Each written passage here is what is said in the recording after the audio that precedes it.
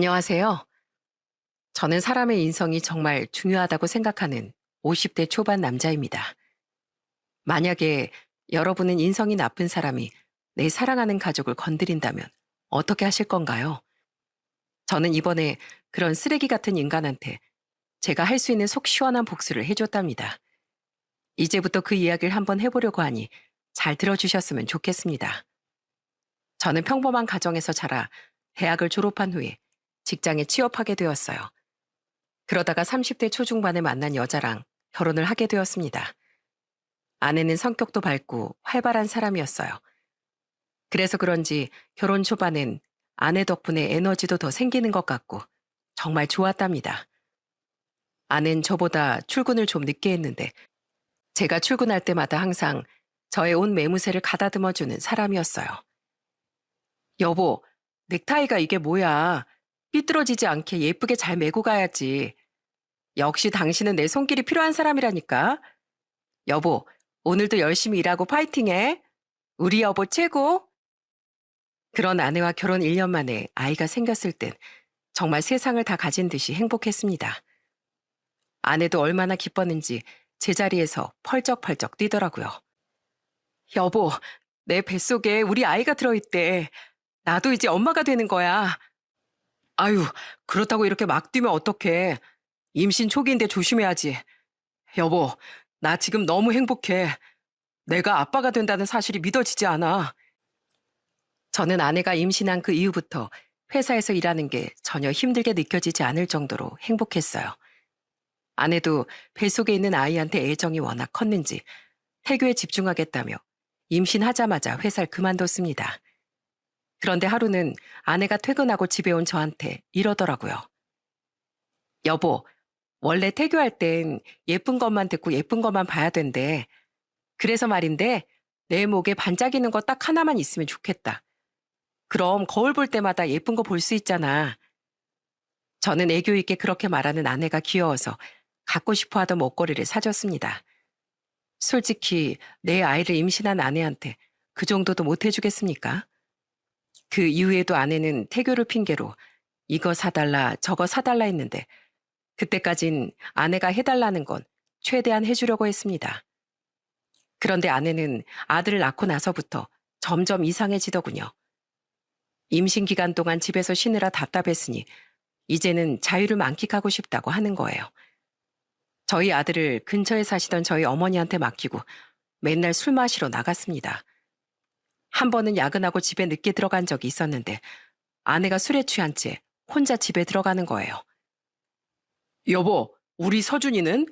설마 또 우리 어머니한테 맡긴 거야? 그럼 집에 올 때 데리고 들어왔어야지. 아니면 나한테라도 얘기를 하던가. 하루 정도 어머님 집에서 재우면 좀 덧나? 밤마다 서준이 우는 소리 때문에 너무 스트레스 받는단 말이야. 아내는 애도 잘 보지 않고 맨날 술 마시고 놀러 다니기 바빴어요. 그 생활이 길어지니까 너무 화가 나서 아내한테 한마디 했습니다. 당신 해도 해도 너무하는 거 아니야? 임신했을 때 답답했다고 해서 한동안 놀러 다니는 거 그냥 냅뒀더니 이젠 그냥 당신 마음대로 행동하는 거야? 그래도 당신이 우리 서준이 엄만데 직장을 안 다닐 거면 서준이라도 봐야 될 거 아니야? 제가 크게 뭐라고 하자 아내는 그때부터 애를 보긴 보더라고요. 하지만 집에 오면 맨날 저희 앤 울고 있고 집안은 난장판이었어요.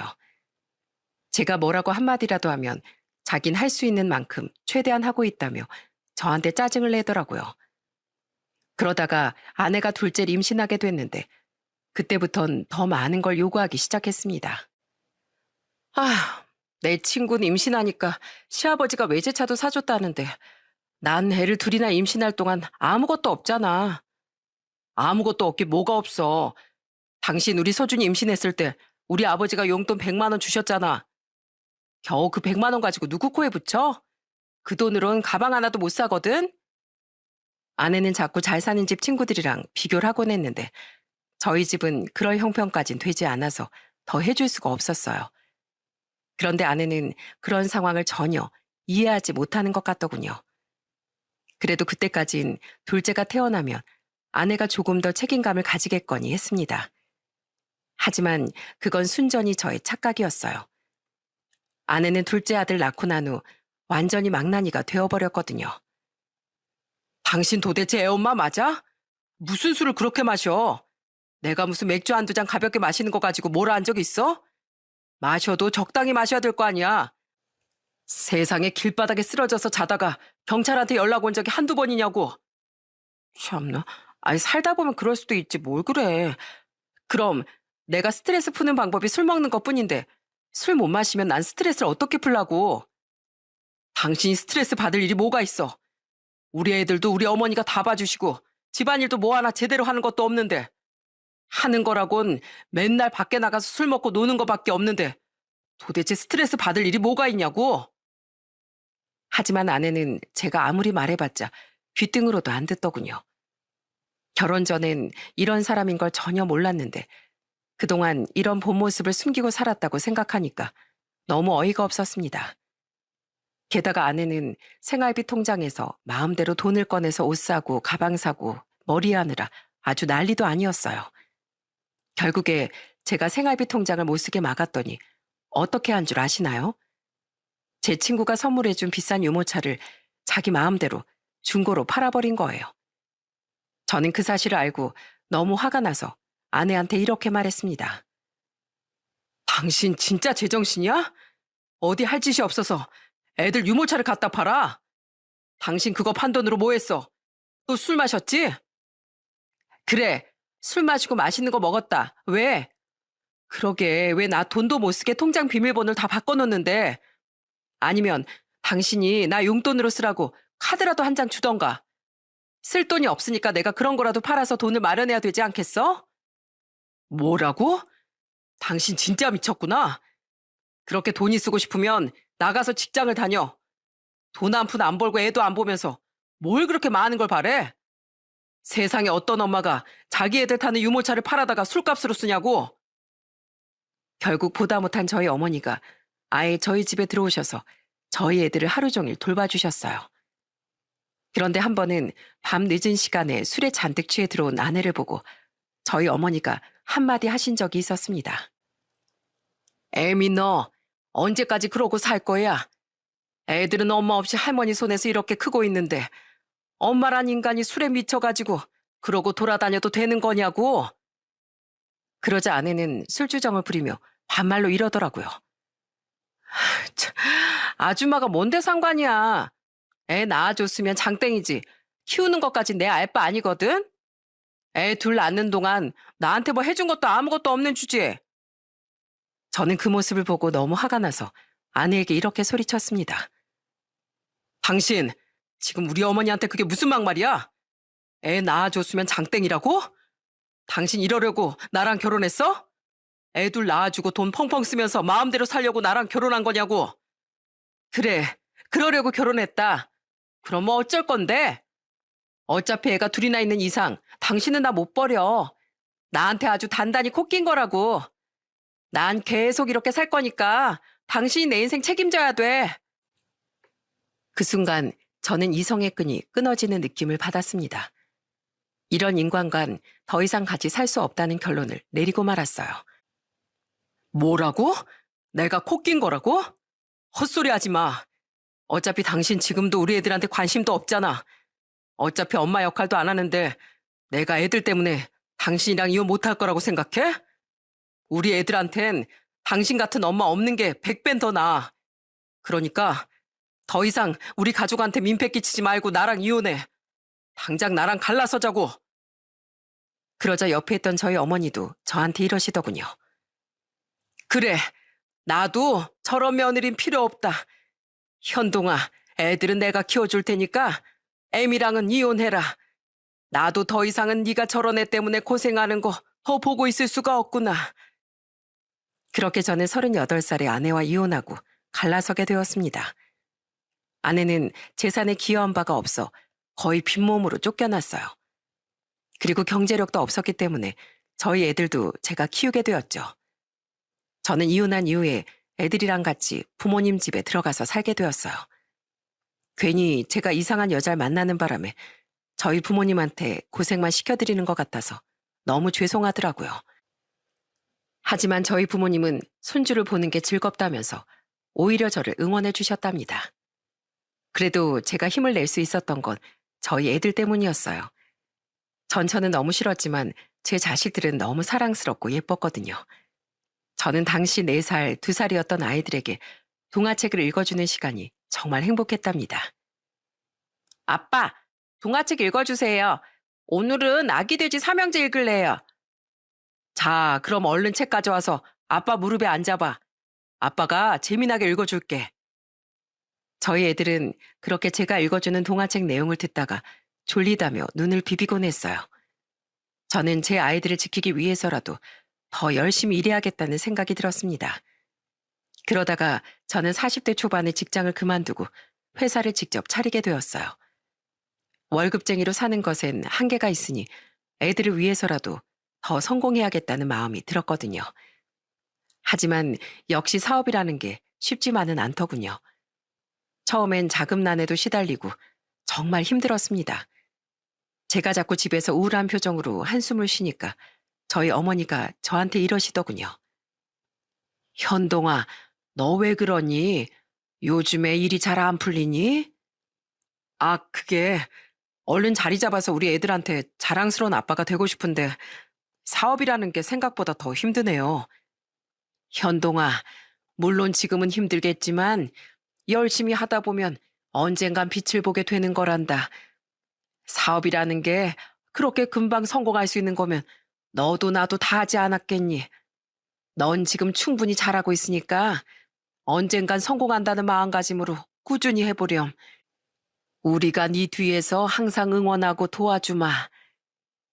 저는 어머니가 그렇게 말씀해 주셔서 정말 많은 힘을 얻게 되었습니다.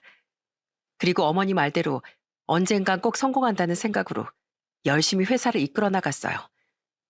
그러다 보니 점점 상황도 나아지고 직원들도 늘어나면서 사업을 시작한 지 5년 정도 되니까 어느 정도 자리를 잡게 되었습니다.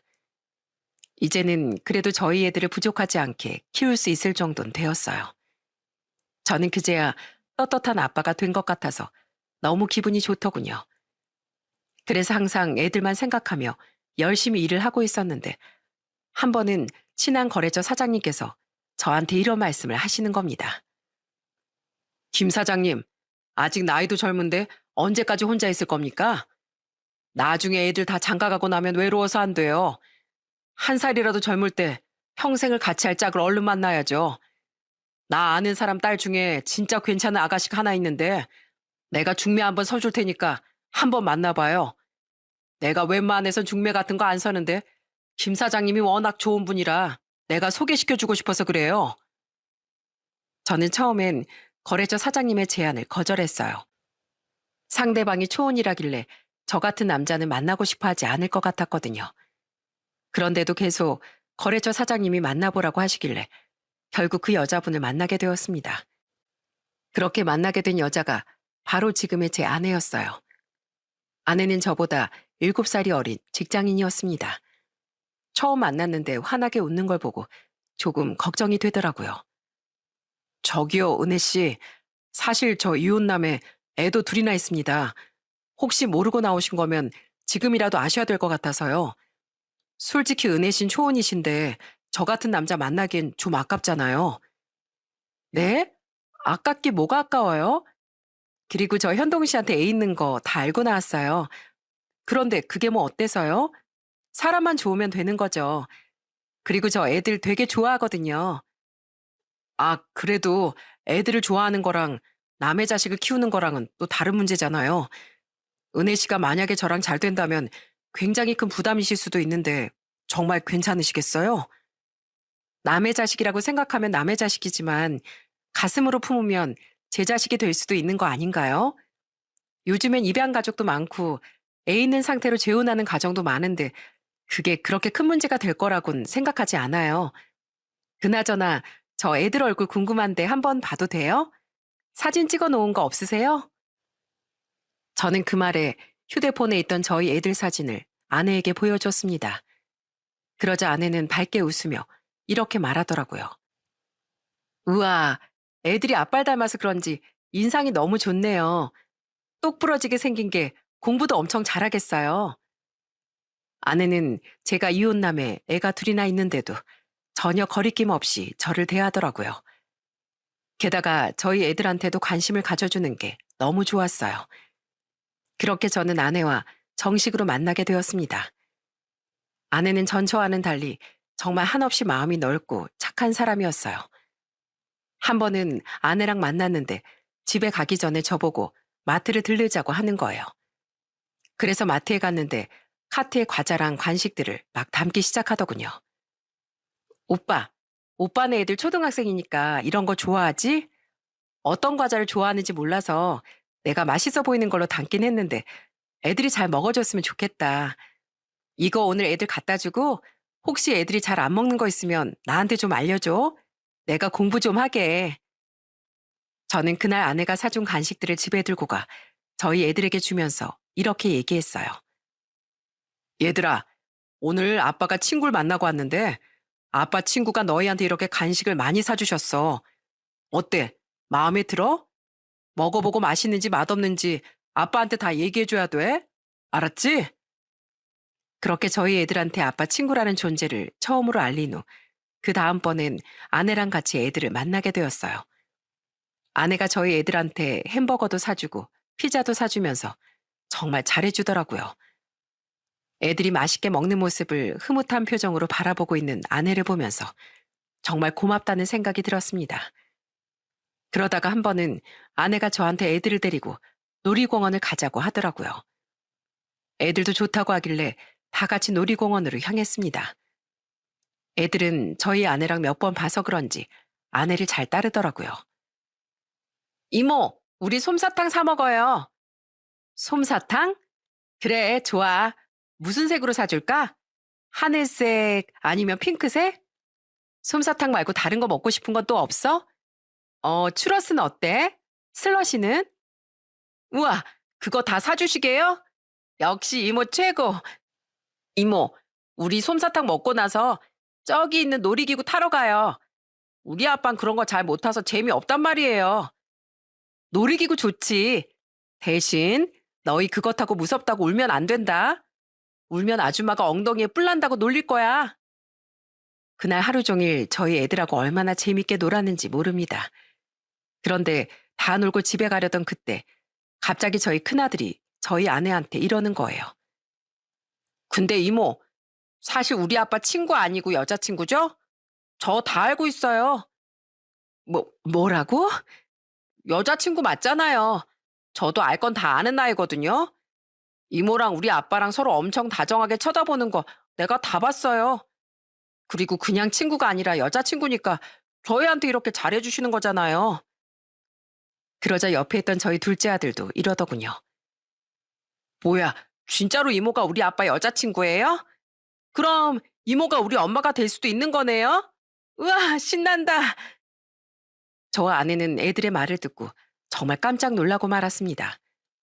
애들이 받아들이지 못할까봐 천천히 얘기할 생각이었는데 오히려 저희 애들이 먼저 눈치를 채고 좋아하더라고요. 아내도 애들이 설레발을 치고 좋아하는 모습을 보고 눈물을 글썽이며 기뻐하더군요. 그 이후 아내와 저희 애들은 빠르게 가까워졌습니다. 아내가 저희 집에 자주 놀러 오면서 애들이랑 시간을 더 많이 보내게 되었어요. 그러다가 결혼 허락을 받기 위해 예비 처가에 인사를 드리러 가게 되었습니다. 저는 솔직히 아내한테 미안한 마음이 컸어요. 아내는 초혼인데 저는 재혼에다가 애가 둘이나 있어서 솔직히 제가 많이 모자란 조건이었잖아요. 그런데 예비 장인 장모님께서 정말 편견 없이 저를 받아주시더군요. 예비 장모님께서는 인자하게 웃으시며 저한테 이렇게 말씀하셨어요. 자네, 우리 은혜한테 얘기 많이 들었네. 솔직히 처음엔 은혜가 애 딸린 이혼남을 만난다고 해서 우리도 많이 놀랐어. 그런데 우리 은혜가 선택한 남자니까 충분히 믿을 만한 사람이라고 생각하네. 그리고 자네 애들도 우리 은혜를 그렇게 좋아한다며? 서로 좋아하고 의지하면 그게 바로 가족인 거지. 난 우리 은혜가 행복하면 그걸로 족하네. 그러니까 우리 은혜랑 싸우지 말고 서로 사이좋게 지내게. 감사합니다, 장모님. 저 은혜 눈에 절대 눈물 안 흘리게 하겠다고 약속하겠습니다. 절 받아주셔서 정말 감사합니다. 그렇게 저는 아내와 재혼을 하게 되었습니다. 결혼식 때 웨딩드레스를 입은 아내의 모습이 너무 아름다워서 눈을 떼기가 힘들었어요. 그 착한 마음씨 때문인지 마치 천사를 보는 것만 같았습니다. 아내는 결혼 후에도 저희 집에 정말 잘했어요. 저희 부모님도 마음씨가 넓은 아내를 무척이나 좋아하셨고요. 아내와 함께 부모님 댁에 갈 때마다 저희 어머니가 두 팔 벌려 환영해 주셨습니다.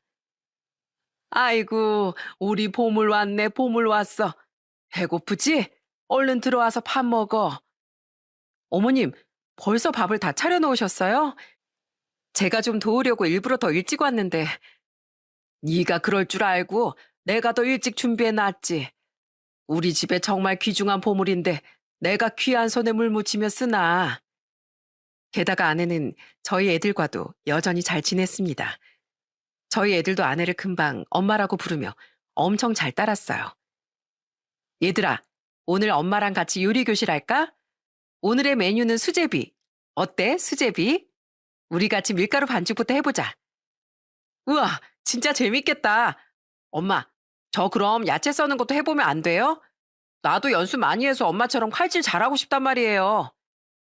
저희 부모님 말씀대로 제 아내는 저희 가족의 보물이나 마찬가지였어요. 그동안 제가 그래도 애들한테 최대한 해준다고 해줬는데 그래도 아빠가 해주는 거랑 엄마가 해주는 건 다르더라고요. 왜 애들한테는 엄마가 필요하다고 하는 건지 그때 깨닫게 되었습니다. 그렇게 아내와 행복한 결혼 생활을 한 지도 2년 가까이 되던 어느 날 아내가 저한테 이러더라고요. 여보, 나 원래 나가던 동창 모임 있는 거 알지? 이번 주에 또 모이기로 했는데 당신도 같이 가자.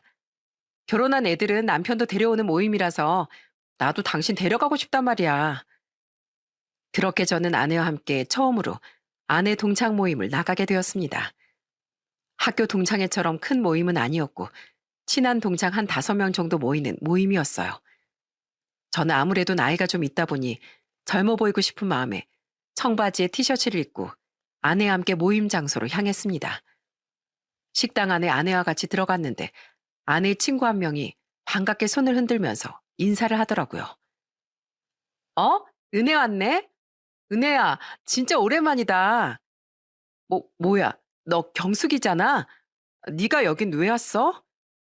동창 모임 한다길래 한번 남편이랑 같이 따라 나와봤지. 나도 동창인데 좀 끼면 안 돼? 그 친구는 웃으면서 얘기했지만 제 아내의 표정은 좋지 않았어요. 애초에 그 친구의 얼굴을 봤을 때부터 깜짝 놀라는 게 좀 이상하더라고요. 그런데 자리에 앉아 그 친구 부부의 행동을 보니 참 꼴사납더군요. 여러분, 원래 진짜 있는 사람들은 잘난 척 안 하는 거 아시죠? 그런데 그 부부는 테이블 위에 외제차 차키를 떡하니 올려놨더라고요. 일부러 잘 보이게 자랑하는 것 같았죠. 게다가 온몸엔 명품을 휘감고 있었습니다. 그러자 아내 친구 중 한 명이 그 경숙이라는 사람한테 이렇게 묻더군요.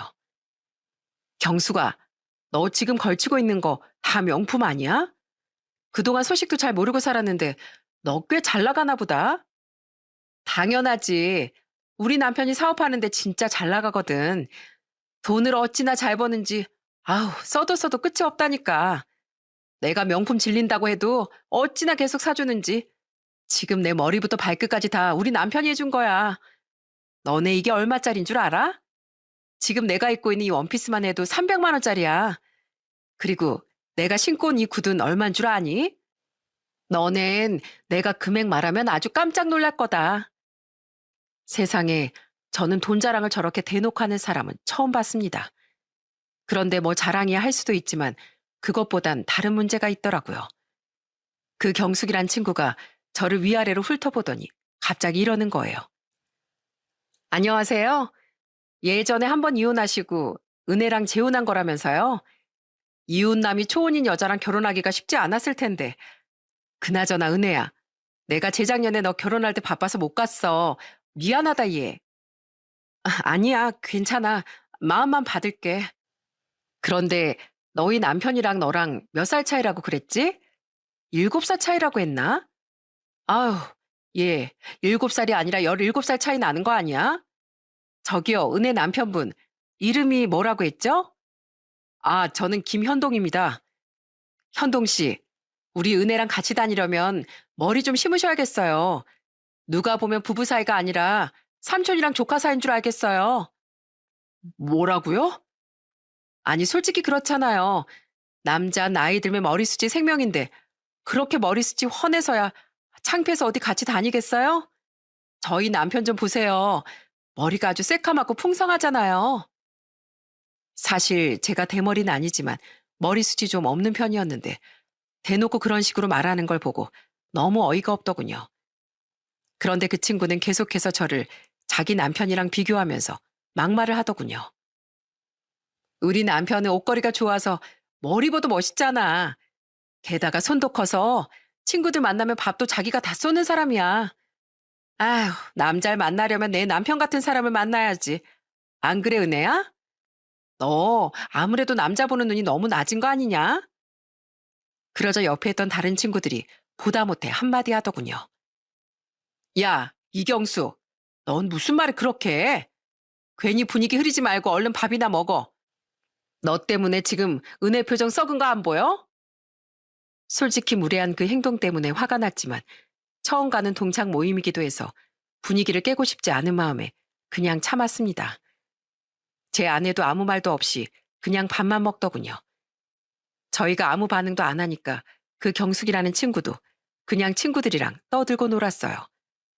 그렇게 다시 화기애애한 분위기 속에서 재밌게 이야기도 나누며 놀고 있었는데 2시간 정도 지나니까 그 경숙이란 친구가 술에 취했는지 또 막말을 시작하더라고요. 그런데 현동 씨, 그거 아세요? 은혜 쟤 옛날에 제 꼬봉이었어요. 저 학창 시절에 연애 편지도 은혜가 대신 써주고 제 숙제도 대신해주고 그랬다니까요. 그때 내가 시키는 건 다 했었는데 얼마나 웃기던지. 지금도 아마 제가 한마디만 하면 꿈뻑 죽을걸요? 그러자 옆에 있던 다른 친구가 한마디 하더군요. 야, 너 말이 너무 심한 거 아니야? 아까부터 왜 자꾸 은혜한테 시비야? 그리고 30년 전에 있었던 일을 왜 이제 와서 꺼내는 건데? 아니, 그것도 추억이잖아.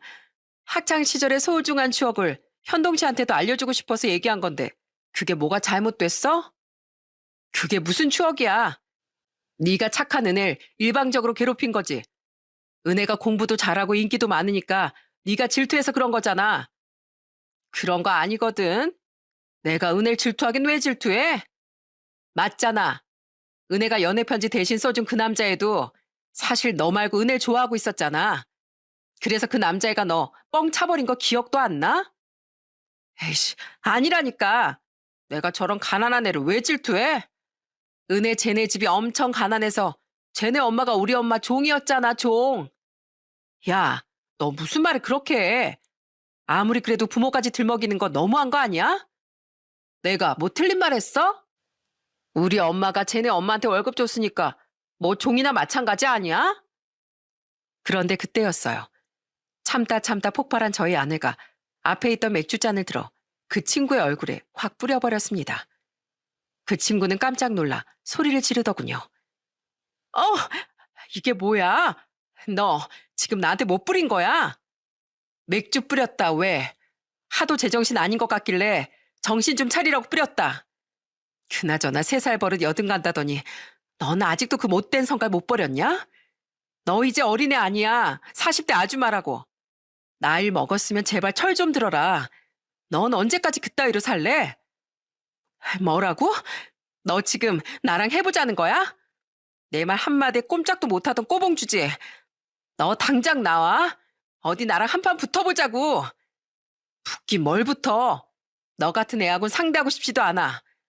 남들은 나이 먹으면서 점점 성숙해져 가는데 넌 어째 오히려 어릴 때보다 더 무식하고 천박해졌잖아. 뭐?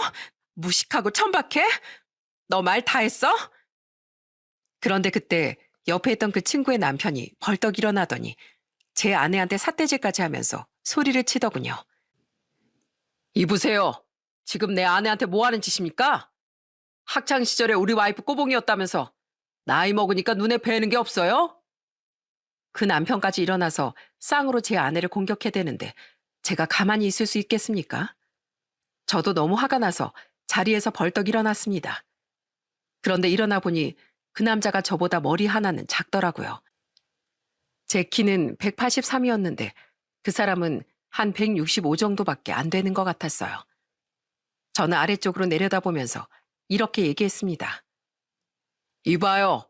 그쪽이야말로 내 아내한테 막말하지 말고 조용히 자리에 앉으시죠. 당장 자리에 앉으라고요.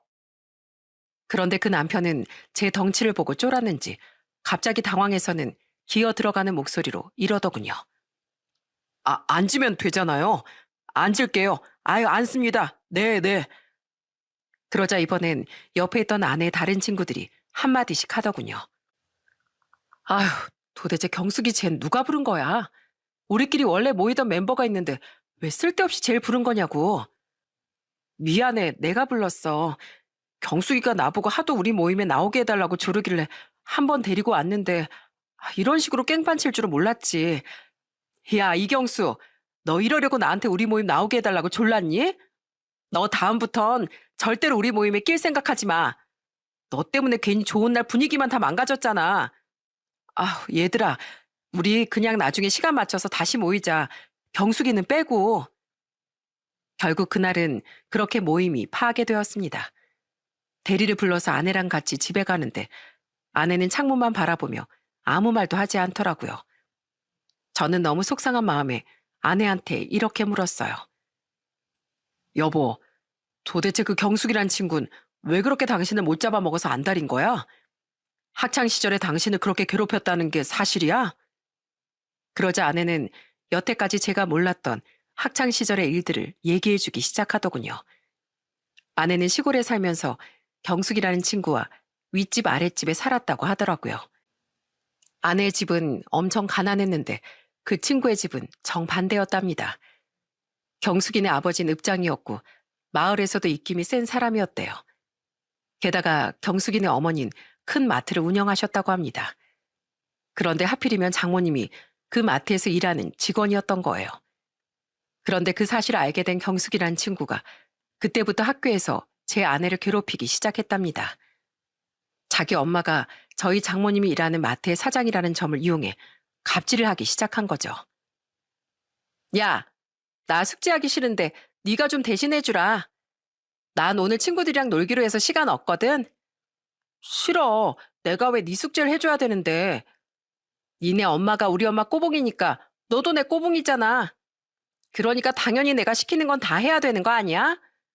너 이거 안 해주면 우리 엄마한테 얘기해서 너네 엄마 확 잘리게 만들어줄 수도 있어.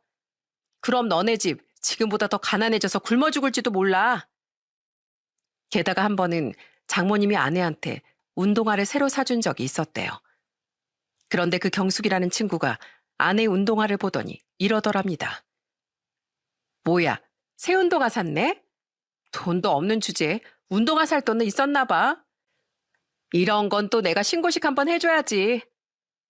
그 친구는 그렇게 말하며 흙이 잔뜩 묻은 발로 제 아내의 신발을 마구 밟았다고 하더군요.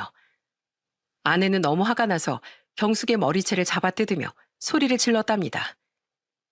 야, 네가 뭔데 내 신발을 더럽혀? 이거 우리 엄마가 사준 신발이란 말이야. 너 진짜 내가 가만 안 둬? 가만 안 둘 거야. 하지만 아무리 싸워도 그 친구의 행동은 나아지지 않았대요. 심지어는 학교의 아내와 관련된 헛소문을 퍼뜨리기도 했답니다. 은혜채, 학교 끝나고 맨날 우리 집에 와서 청소하잖아. 무릎 꿇고 맨날 바닥 박박 닦는데 얼마나 웃긴 줄 알아? 게다가 나 목욕 갈 때 되면 내 목욕물도 받아줘. 쟤 완전 내 몸종이야, 몸종. 야, 내가 언제 너네 집에 가서 청소를 해주고 목욕물을 받아줬어? 너 자꾸 애들한테 헛소문 퍼뜨릴래? 우리 집이 가난하고 우리 엄마가 너네 엄마 직원이라고 해서 그렇게 함부로 말해도 되는 줄 알아? 결국 아내가 학교에서 계속 괴롭힘을 당한다는 사실을 알게 된 장모님께선 그 원인이 본인한테 있다고 생각해 결국 그 마트를 그만두셨다고 하더군요. 하지만 그 이후에도 그 친구의 괴롭힘은 멈추질 않았대요. 하필이면 시골이라 초중고를 다 같은 학교를 나오는 바람에 아내는 끔찍한 학창 시절을 보내야 했던 거죠. 결국 아내는 고등학교를 졸업한 이후엔 그 경숙이라는 친구와 아예 연락을 안 하고 살았답니다. 저는 그 얘기를 다 듣고 나서 아내한테 이렇게 물어봤어요. 그럼 그 친구가 결혼식에 안 와서 미안하단 얘긴 뭐야? 당신이 그 친구를 결혼식에 초대했었어? 내가 미쳤어? 그런 애를 내 결혼식에 초대하게. 그냥 걘 내가 애 딸린 이혼남이랑 결혼했다는 걸 듣고선 일부러 나 약 올리려고 온 거야. 그게 아니면 굳이 동창 모임까지 와서 저런 짓을 할 리가 없잖아. 아휴, 내가 살다 살다 그런 인간 진짜 처음 보네. 당신 그동안 정말 힘들었겠다. 이제 그런 인간은 그냥 아예 기억에서 지워버려. 당신이 상대하기엔 너무 수준 낮고 지저분한 인간이니까. 알았지? 저는 그렇게 아내를 위로해 주었습니다. 그리고 그 이후엔 그 사건을 잊고 살았어요. 어차피 그 친구가 그러든 말든 우리끼리 잘 살면 그만이니까요. 그런데 그 사건이 있은 지 8개월이 지났을 때였습니다. 계약직 사원을 한 명 뽑아야 되는 상황이었는데 하필이면 제가 그때 14박 15일로 유럽 출장이 잡힌 거예요. 다행히 저희 회사 직원들이 전부 듬직하고 인사 담당자로 있는 부장이 일을 잘했기 때문에 계약직 직원 채용을 그 부장에게 맡겼습니다. 정직원이면 어떻게든 제가 직접 면접을 보겠지만 계약직이기도 하고 출장 일정 때문에 어쩔 수 없었어요. 그런데 출장이 다 끝나고 회사에 출근했던 날이었습니다. 제가 회사에 들어가니까 오랜만에 만난 직원들이 저한테 반갑게 인사를 하더라고요. 사장님 오셨어요? 오랜만에 뵈니까 얼굴이 더 좋아지셨네요. 아유, 좋은 아침입니다. 다들 잘 지내셨죠? 그런데 그때 사무실 안에 있던 낯선 여자가 한 명 보이더군요. 그런데 저는 그 여자의 얼굴을 보고 경악을 하고 말았습니다. 그리고 그건 그 여자도 마찬가지였죠. 어? 여기 현동 씨 회사였어요? 뭐야, 경숙 씨가 여길 어떻게... 네, 그 여자의 정체는 바로 제 아내를 그렇게 괴롭혔던 경숙이라는 친구였습니다. 저희 인사 담당자가 뽑은 그 계약직 직원이 바로 그 사람이었던 거죠.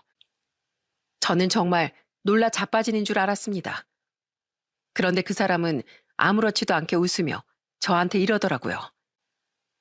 여길 어떻게 왔긴요. 저 이틀 전부터 여기 출근하고 있는데요. 그런데 어쩜 이런 인연이 다 있대요. 내가 여기서 친구 남편을 만날 줄이야. 역시 친구 잘 두니까 너무 좋네요. 현동 씨, 저 앞으로 이 회사에서 일해야 되는데 저 은혜 친구니까 잘해 주실 거죠? 저는 순간 아내가 당했던 그 일들이 떠오르면서 만만하게 보여선 안 되겠다는 생각이 들었습니다. 그래서 그 여자에게 이렇게 얘기했어요. 이봐요. 지금 저한테 뭐라고 불렀습니까? 현동 씨요? 왜 그러세요? 현동 씨한테 현동 씨라고 부르지. 그럼 뭐라고 불러요? 여긴 회사 아닙니까? 여기가 무슨 친구끼리 만나는 동창인 줄 알아요? 공과 사는 확실히 구별할 줄 알아야죠. 저한테 대표님이라고 다시 부르세요. 똑바로 다시 인사하시라고요. 아, 네, 대표님. 안녕하세요. 제가 큰 소리로 지적하자 많이 당황한 것 같더군요. 전 솔직히 지금의 상황이 너무 어이없었지만 사람을 함부로 자를 순 없는 일이었기에 일단은 지켜보기로 했어요. 그리고 저는 그날 집에 가서 아내한테 얘기를 했습니다. 여보, 그 경숙이라는 친구 말이야. 오늘 우리 회사에 출근했더라. 얼마 전에 계약직 직원을 뽑았는데 그게 하필이면 그 친구더라고. 뭐? 그게 사실이야? 아휴, 대 데리고 일하려면 만만치 않을 텐데. 그래도 일단은 뽑았으니까 당분간 지켜보긴 하려고. 내가 알아서 할 테니까 당신은 너무 걱정하지 마. 저는 솔직히 직원들한테 갑질을 해본 적도 없고 옛날 일로 그 사람을 괴롭히고 싶은 생각도 없었습니다. 근데 막상 같이 일을 해보니까 싫은 소리를 안 할 수가 없더라고요. 일을 어찌나 못하는지 간단한 복사나 팩스 보내는 것도 잘 못하는 거예요. 이거 복사 누가 했어요? 똑같은 걸 이렇게 많이 복사하면 어떡합니까? 아, 죄송해요. 제가 10장만 복사한다는 게 모르고 0 하나를 더 눌러서 100장이 나와버렸나 봐요. 이봐요, 경숙 씨. 직장 생활 해봤다면서 복사기 하나 다룰 줄도 몰라요? 그리고 지금 이런 식으로 실수한 게 어디 한두 번이에요? 내가 저번에도 얘기했죠? 실수하기 전에 한 번 더 체크하라고 말했잖아요. 세상에 확인을 안 해서 영 하나를 더 붙였다는 게 말이 됩니까? 죄송해요. 다음부턴 실수 없이 잘할게요. 그런데 그 경숙이란 여자는 일만 못하는 게 아니라 업무 태도 자체도 굉장히 불량했어요. 다들 열심히 일하고 있는 시간에 혼자 구석에서 깔깔거리며 떠들고 있는 겁니다. 제가 가까이 다가가 보니 일은 안 하고 화장을 고치면서 친구랑 전화 통화를 하고 있더라고요. 경숙 씨, 지금 여기가 학교입니까? 아니면 놀이터입니까? 일하러 와서 지금 뭐 하는 거예요? 아니, 친구한테 갑자기 전화가 와서요. 친구한테 전화가 왔으면 나가서 잠깐 통화하고 오던지 아니면 나중에 퇴근하고 통화하면 되는 거 아닙니까? 지금 경숙 씨 빼고 다른 사람들 다 열심히 일하고 있는 거 안 보여요? 사무실 안에서 그렇게 시끄럽게 통화하면 다른 사람들한테 방해될 거라는 생각은 안 해요? 게다가 그 여자가 저희 회사에서 일하고 나서부터 점심만 먹고 오면 사무실 안에 코 고는 소리가 쩌렁쩌렁 울리기 시작했습니다. 이보세요, 경숙 씨. 여기가 경숙 씨네 집 안방이에요? 지금 몇 시인지 시계를 한번 보세요. 어? 벌써 점심시간이 끝났네. 아직 졸려 죽겠는데.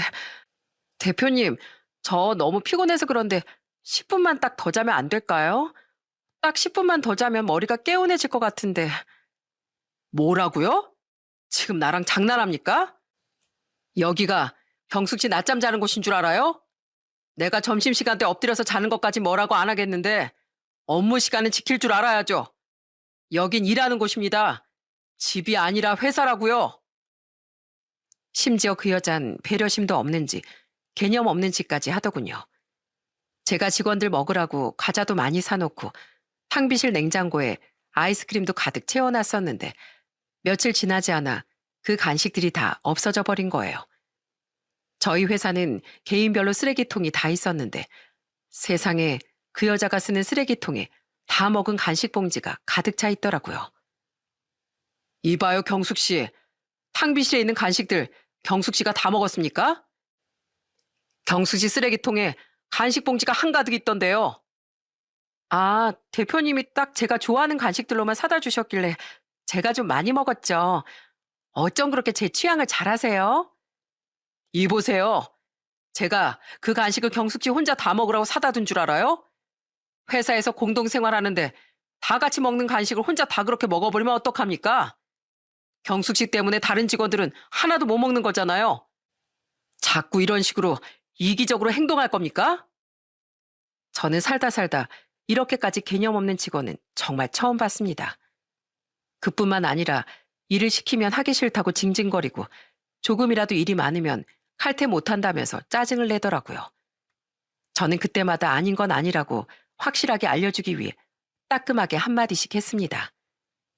그런데 그 여잔 회사에서 혼나는 건 또 싫었는지 일주일도 못 버티고 저한테 사직서를 던지더군요. 저 기분 나빠서 여기 못 다니겠어요. 회사가 뭐 여기밖에 없는 것도 아니고 진짜 더러워서 못 해먹겠네. 그렇게 그 여잔 제 발로 회사를 그만두게 되었습니다. 저희 인사 담당자는 저런 사람을 뽑아서 죄송하다고 저한테 사과를 하더군요. 면접 땐 말하는 것도 멀쩡했고 아는 것도 많아 보였대요. 게다가 열심히 일하겠다고 큰 소리로 얘기하길래 엄청 열정이 많은 사람인 줄 알았답니다. 그런데 아무리 인사 담당자라고 해도 사람이 작정하고 속이는데 어떻게 그걸 다 알아볼 수 있겠어요? 그래서 저는 인사 담당자에게 괜찮으니까 너무 마음 쓰지 말라고 했습니다. 그리고 그날 저는 집에 가서 아내에게 여태까지 있었던 일을 모두 다 얘기해 줬어요. 그러자 아내는 웃음을 빵빵 터뜨리면서 이렇게 말하더라고요. 야, 이경숙 걔 진짜 웃긴다. 나도 회사 생활 꽤 오래 했지만 그런 인간은 처음 보네. 학교 다닐 때도 그렇게 개념이 없었는데 어쩜 아직까지 그럴 수가 있지? 아니, 오히려 학교 다닐 때보다 더 심한 것 같아. 그 정도면 다른 회사 들어가도 금방 잘리겠는데? 낄낄거리며 웃는 아내의 모습을 보자 제가 아내를 대신해 시원한 복수를 해준 것 같아서 속이 후련하더라고요. 사실 제가 복수를 하고 싶은 마음이 있긴 했지만 일부러 갑질을 한 건 아니었어요. 그런데 하는 행동마다 진상을 피우고 직원들이랑 어울리지 못하고 막무가내로 행동하니 어쩔 수 없더라고요. 저는 회사의 대표로서 할 말을 했을 뿐인데 그게 아내와 저한텐 엄청 시원한 일이 되었네요. 그런데 그 일이 있고 나서 한 달쯤 지났을 때 정말 황당한 사실을 알게 되었습니다. 다른 동창들한테 연락을 받은 아내가 저한테 이런 얘기를 하더라고요. 여보, 이경숙 걔 머리부터 끝까지 다 거짓말이었더라? 그때 왜 테이블 위에 그렇게 자랑하면서 올려놨던 그 차키 있지? 그 차키도 10년 넘은 외제차 차키래. 당신도 알겠지만 10년 넘은 외제차는 국산차보다도 더 감가가 많이 돼서 별로잖아. 그리고 걔 걸치고 다니는 옷이랑 액세서리들도 다 짝퉁이었대. 아유, 그렇게 명품 많다고 자랑을 하더니 완전히 다 가짜였더라고. 뭐? 그게 사실이야? 그런데 그 사람 남편이 사업해서 잘 나간다며? 잘 나가는데 왜 짝퉁을 사? 여보, 걔가 하는 말을 믿어? 걔 남편 사업하는 거 아니래. 말로만 사업한다고 하고 사실은 백수나 마찬가지라더라. 남편도 돈을 안 벌어오고 경숙이 걔도 당신네 회사 잘리고 나서 다른 데 또 들어갔는데 또 잘렸다고 하더라고. 그러니 수중에 돈이 있겠어? 요즘에 경숙이가 친구들한테 돈을 그렇게 빌리고 다니나 봐. 말하는 걸로는 무슨 부잣집 사모님인 줄 알았는데 알고 보니까 우리 앞에서 허세 부리고 싶어서 다 거짓말했던 거였어.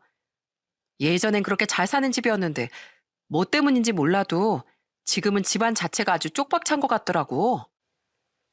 저는 그 얘기를 듣고 황당하면서도 참 우습다는 생각이 들더군요.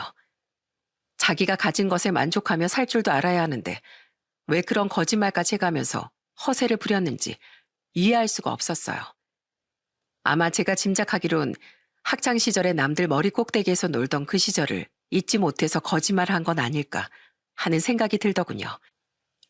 그때는 철없는 학창 시절이라 그랬다 쳐도 성인이 된 지금까지 그 더러운 인성을 버리지 못하고 양아치 짓을 하는 걸 보니 참 한심하다는 생각이 들었습니다.